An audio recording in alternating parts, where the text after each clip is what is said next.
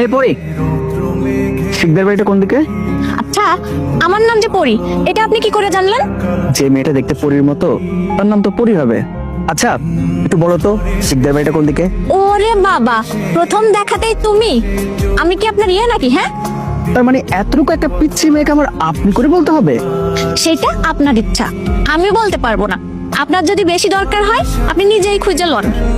আসসালামু আলাইকুম মামা, কেমন আছো? ওয়ালাইকুম সালাম। আরে রাজন বাবা জিজে কাম কর, আপনি দো বিশ্রাম করবে যা। এই যা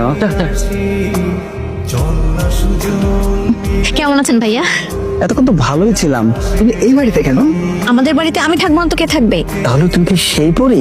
আমি পড়ি না, তাই আমার নাম পরি।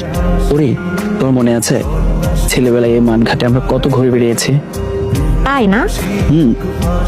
আচ্ছা পরি, তুমি কি কাউকে পছন্দ করো?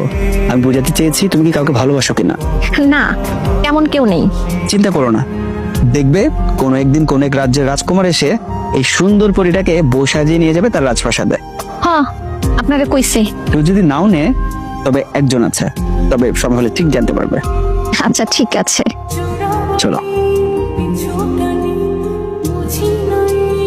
আরে রাজন ভাই, কেমন আছেন?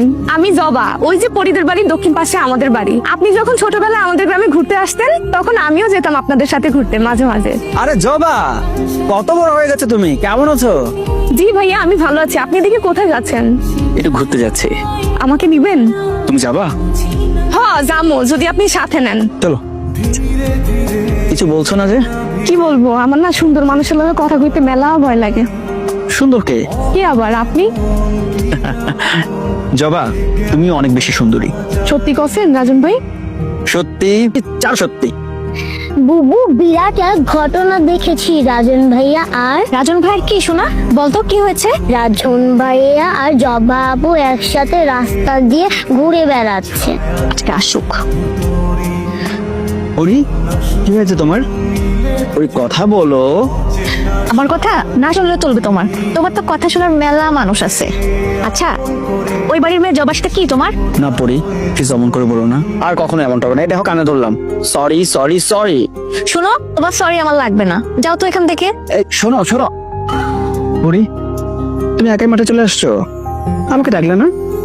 না তেমন কিছু না, এমনি। পড়ি দেখো, সূর্য ডুবে যায়, পাখিরা ঘরে ফিরে, কি দারুণ না বিষয়টা? দারুণ ব্যাপার, তবে মানুষের বেলায় ব্যাপারটা অতটাও দারুণ না। তোমার এমন কেন মনে হলো? এই যে তুমি আসলা, কিছুদিন থাকলা, মায়া বাড়াইলা, তারপর শহরের মানুষ আবার শহরে